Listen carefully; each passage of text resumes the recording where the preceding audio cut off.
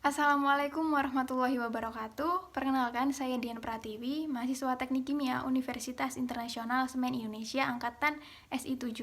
Di sini saya akan mereview materi yang telah dipresentasikan oleh kelompok pemateri pada perkuliahan Pendidikan Kewarganegaraan pada minggu ke-13, yaitu materi terkait usaha bela negara dan juga hubungan internasional dan peran Indonesia dalam perdamaian dunia.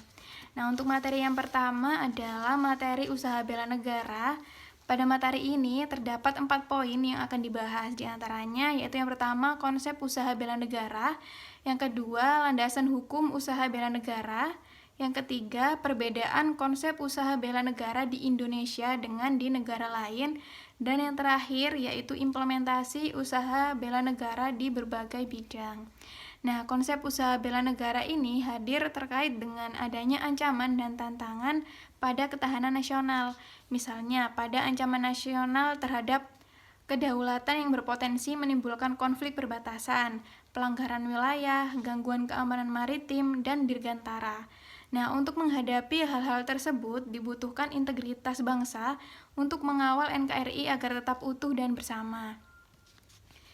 Kemudian untuk landasan hukum usaha bela negara, diantaranya yang pertama yaitu ada landasan ideal yaitu Pancasila, khususnya di sila ketiga yang mewajibkan setiap warga negara untuk memiliki rasa persatuan dan kesatuan, baik dalam arti ideologi, ekonomi, sosial, budaya, memiliki nilai patriotisme, menjunjung tinggi tradisi kejuangan dan kerelaan untuk berkorban dalam membela bangsa dan negara. Kemudian landasan yang kedua adalah landasan konstitusional yaitu Undang-Undang Dasar 1945 pada pasal 27 ayat 3 UUD 1945 berbunyi bahwa setiap warga negara berhak dan wajib ikut serta dalam upaya pembelaan negara.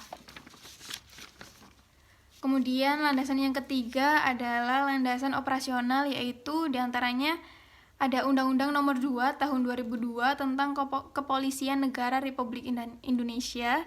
Yang kedua ada Undang-Undang Nomor 3 Tahun 2002 tentang Pertahanan Negara. Dan yang terakhir ada Undang-Undang Nomor 34 Tahun 2004 tentang Tentara Nasional Indonesia.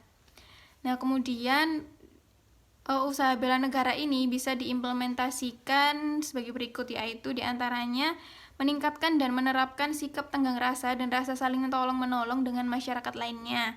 Kemudian bekerja sama berdasarkan prinsip gotong royong menjaga kebersihan lingkungan. Kemudian melaksanakan ronda malam dan siskamling, menciptakan suasana tentram dan damai serta rukun di lingkungan masyarakat, dan juga mengamalkan setiap nilai-nilai yang terdapat dalam Pancasila yang merupakan ideologi dan dasar negara. Kemudian materi selanjutnya yaitu materi hubungan internasional dan peran Indonesia dalam perdamaian dunia. Pada materi ini dijelaskan bahwa jika seandainya negara kita tidak menjalin hubungan dengan negara lain, maka negara kita akan dikucilkan dari pergaulan bangsa-bangsa di dunia, di mana hal tersebut akan merugikan seluruh kehidupan bangsa. Kita akan buta terhadap hal-hal yang terjadi di negara lain yang pada hakikatnya merupakan sumber pengetahuan bagi kita. Nah, oleh karena itu, hubungan internasional mempunyai kedudukan yang sangat penting dalam kehidupan suatu negara yang beradab. Nah, contoh peran Indonesia dalam hubungan internasional yaitu diantaranya yang pertama mengirim duta besar ke beberapa negara di Indonesia. Yang kedua ada turut serta dalam organisasi pengekspor minyak. Yang ketiga ada tuan rumah dan ketua APEC 1994. Yang keempat ada turut serta mendirikan MEA atau Masyarakat Ekonomi ASEAN. Kemudian selanjutnya turut serta dalam organisasi konferensi Islam, dan juga ada berpartisipasi dalam kegiatan pertukaran pelajar dalam lingkup internasional. Kemudian contoh peran Indonesia dalam upaya perdamaian dunia yaitu sebagai negara anggota PBB, Indonesia terdaftar dan aktif dalam beberapa lembaga di bawah naungan PBB, misalnya ILO atau Organisasi Buruh Internasional, ECOSOC atau Dewan Ekonomi dan Sosial, maupun FAO atau Organisasi Pangan dan Pertanian. Kemudian Indonesia berperan dalam organisasi KAA atau Konferensi Asia Afrika, diantaranya yaitu ikut serta dalam 2 konferensi yang mendahului penyelenggaraan KAA yakni di Kolombo dan Bogor.